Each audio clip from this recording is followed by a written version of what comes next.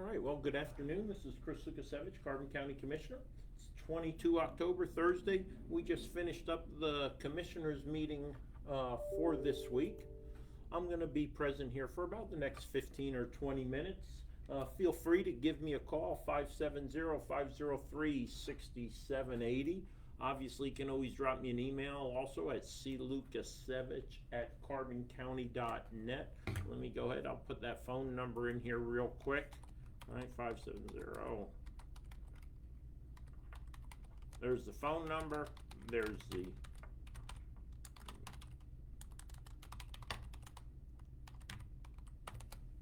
all right, there's my phone number. There's my email address. Feel free at any time. Give me a call, with the exception of calling between 5:30 and 7:30 in the evening. Again, this is Carbon County Commissioner Chris Lukasevich. I'm going to be with you for about the next 15, maybe 20 minutes. If you have a question, you can give me a call, you can email me, or you can post. I should be able to see the comments pop up on my left side of my screen here. A little bit about today's Commissioners meeting. It wasn't that much going on, to be honest, just a lot of administrative kind of bookkeeping, cleaning up taking place. Let me take a look here. All right, let's see, look at this. I'm just real quick going through the agenda, see if there are any big items that may have interest to everyone out there. Now, we did have a special election board meeting today, and that was really just to verify the voter rolls.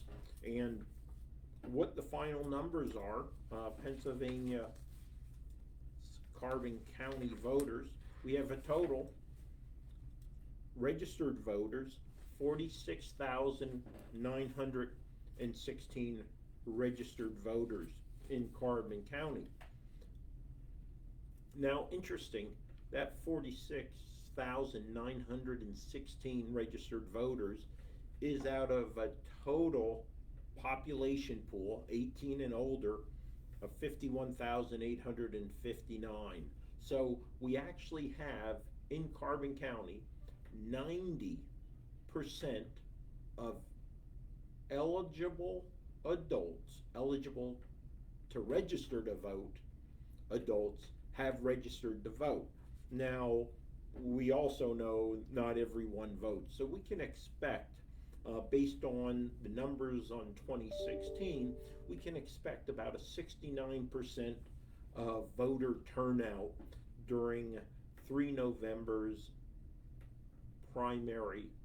general primary election is what it's formally recalled to. That'll be taking place on 3 November. So again, we can expect about a 69% voter turnout, seeing somewhere about 32,000 plus voters should be turning out on election day. Again, that's going by historical numbers that we have there. So that was really the big item that came out of the special election board meeting. One or two other items in regards to the election.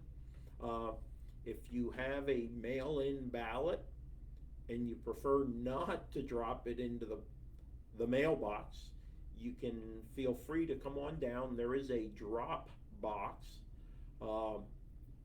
at 76 Susquehanna Street in Jim Thorpe.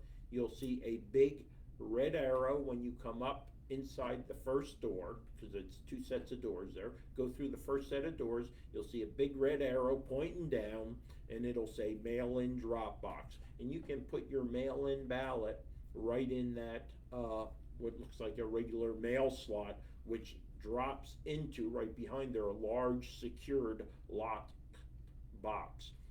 And that drop box is checked about every hour, even sometimes up to every half hour. Just over, I know Lisa Darter, Director of Election, stated that there have been 10,827 mail-in absentee ballot requests. So far, about 50% of them have come back. That's 5,829 have been returned. Of 10,827 requested mail-in absentee ballots. Election coming up, 3 November. Polls opening first thing in the morning, running till 8 o'clock at night. If you haven't done a mail-in ballot or absentee ballot, please ensure you take this opportunity to get out to the polls and cast your vote. The mail-in ballots, counting of the mail-in ballots, and that's really going to be opening the exterior envelope, open the secrecy envelope, taking out the ballot and putting it in the scanner, will start as early as 7 a.m.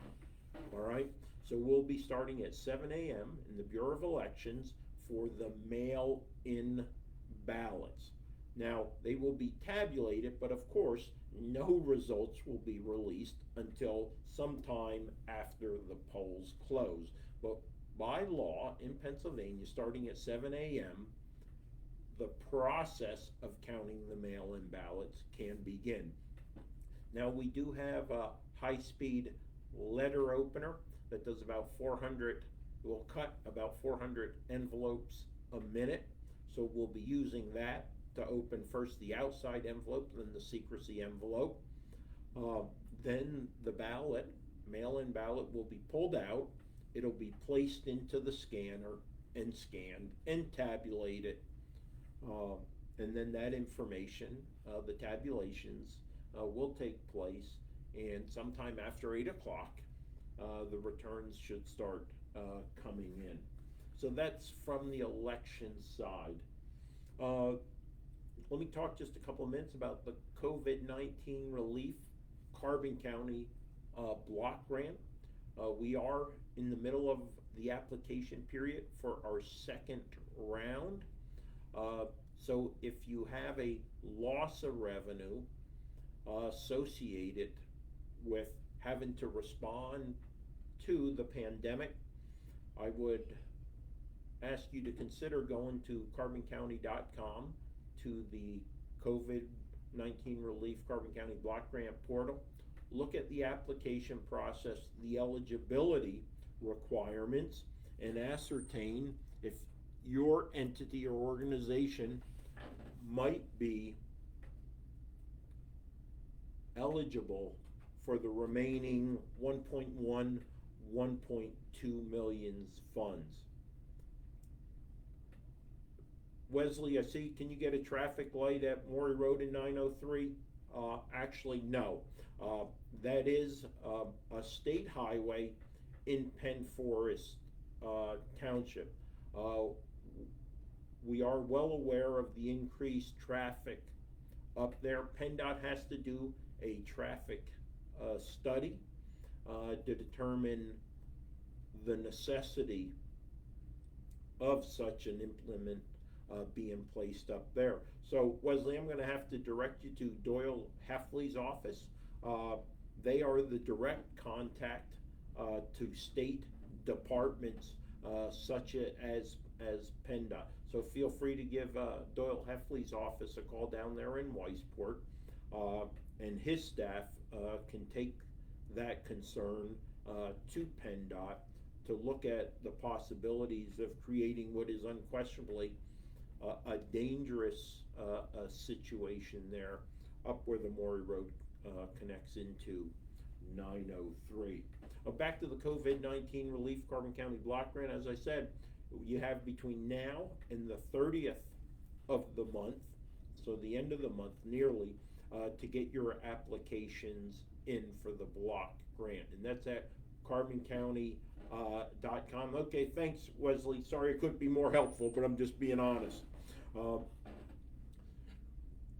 In addition, from the first round, we just put out our last checks are being dispersed to 9 different, 1, 2, 3, 4, 5, 6, 7, 8,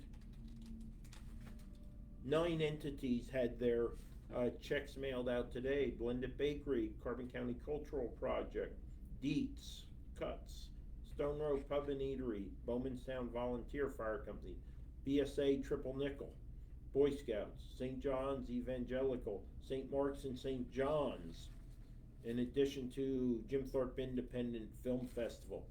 Now we are still awaiting return documentation from 5 entities, 2 boroughs, but they meet towards the end of the month, so we're expecting that documentation that they need to get back to the county after their monthly meeting. And we have 3 other entities that still have to get their paperwork back to the county so we can disperse the checks for the block grant. So again, this is Carbon County Commissioner Chris Lukasiewicz. This is the meeting after the meeting. Taking about 15-20 minutes just to spend some time here with you virtually. Answer any questions, concerns you may have. You can call me at 570-503-6780. You can drop me an email at clukasiewicz@carboncounty.net. Or if you want to call the office and go through the ladies who answer the phone and provide us invaluable service, 570-325-3611. Oh, I just saw something pop up about the update on round 1. Okay, nope, I see that. All right, yeah, just an email popped in that caught my eye. In regards to the parking kiosks in the county parking spaces, the county lots, that is continuing to move forward. Matter of fact, just got back from the reliable signs in the eastern area. You can see our pay kiosk here signs. This is one of 3 different signs that is going up. Let me see if I can get this on the camera, right? So above each of the 15 kiosks, 12 of them which are up right now, at a height between 8.5 and 10 feet will be these pay kiosks here. And that's really to indicate where the kiosks are placed in the county lots and in the county what are now metered spaces. So in addition to these signs, we're having well over 30 other signs that are going to indicate, parking enforced Monday through Friday, and what zone that parking takes place. I see a big glare there. All right, so we are moving forward, getting the training set up for our staff and our parking ambassadors. Never turn your back to the audience, right? All right. So we are continuing to move forward with the kiosks. What I suspect probably in the next week or so, you'll see the vertical posts go up for these. Then on about November 3rd, you'll probably start to see the signs going up, maybe a little bit earlier. To include, you're going to see what's called a perforated polyvinyl will be placed on the windows of the current booth, and that'll give parking instructions. So when you come into the county lot, once the kiosks are up and operational, of course you're going to be just driving straight in and not stopping at the booth for those who are doing daily parking. But those 2 windows, that booth is going to stay temporarily at least where it's at now. But those windows are going to be quote unquote, they're going to have this perforated polyvinyl signs on the window, so you're not going to see if anyone's sitting in there, because most of the time there won't be once the kiosks are operational, right? No need for a person to be sitting in that booth. They'll be out doing enforcement. But those are scheduled to go up on 2 November. You'll see those polyvinyl perforated signs go up there. But we are making progress in getting the kiosks up. Now I will tell you, the kiosks actually are functional, right? You could go in and drop a quarter, pay at them if you remove the plastic. However, the software is being programmed, or what's called the back office, right? Remember about 2 or 3 weeks ago, we approved the ordinance, and therefore all that data, like the fees and fines and stuff, are being put into the software program, so when enforcement takes place, or we want to issue permits for parking, temporary permits and things of that nature, we can go ahead and do that. So things are moving along, but there is a lot going on. I know it's hard to imagine that you can't just boom, go and knock it out. But there is a lot going on in the county. I'll give you another example. The 4476th Street renovation project will start on Monday morning. So what's happening starting 26 October, Monday, you will see activity at 44 Susquehanna Street, which is right beside Mist, where they'll start renovation by removing the top level that currently exists, basically taking all that wall from the top level, bringing it in towards the inside, and again start gutting that out over the next couple weeks, month or so. So you'll see that taking place there on 44 Susquehanna, while at the same time on the second floor of 76 there's some minor renovations going on in like the domestic relations office area. That'll start also on the 26th. Now that lot, which is used specifically for county residents, specifically for county employees Monday through Friday, initially we're just going to have about 4 spaces on the 44 end, 4 spaces on the 76 end through the election, right? That's the only thing that's going to be utilized for a couple dumpster. However, immediately after the election, as early as the 4th of November, that entire 4476 Susquehanna parking lot will be restricted and for construction renovation purposes only. Those employees who currently park there will relocate to between the Hooven and the railroad station or into the county lot based upon first come, first served basis. So again, you're going to see a little bit of movement around there, 4476 Susquehanna. The big renovation of 76, which is the first floor, will not take place until the beginning of December. So 20 days after the election will be certified. Elections will then move from 76 Susquehanna up to the Jim Thorpe Area School District building office at 410 Center Avenue up on the hill here in Jim Thorpe, where they'll be joining a workforce development and Carbon County's planning and development, which is already up there. They'll be there through about June, based upon tentative timeline of the renovations of 44 and 76 Susquehanna Street. So again, this is Chris Lukasiewicz, Carbon County Commissioner, just taking a little bit of time to provide a little bit of update, a little bit of feedback from the Commissioners meeting today. I'm going to end with one item. Yes, we did have a bomb threat that was phoned in to the county yesterday. That was received, and within probably about 10 or 15 minutes, the decision was made to evacuate. So again, from time of receipt till about 3:30, which was, I think it was about 15 minutes or so, made the decision to evacuate the county buildings here locally in Jim Thorpe, 76 Courthouse Administration Building. So early dismissal, 3:30. Area was cordoned off. Building was completely cleared of individuals. State police brought in their dog, their bomb dog. Went through all the primary interior areas, the common spaces, and also the exterior of the building, and then gave the all clear. Now, there was restrictions around all of the buildings. All of the tenants or neighboring buildings were also notified of the situation that took place. So again, this is Chris Lukasiewicz, Carbon County Commissioner.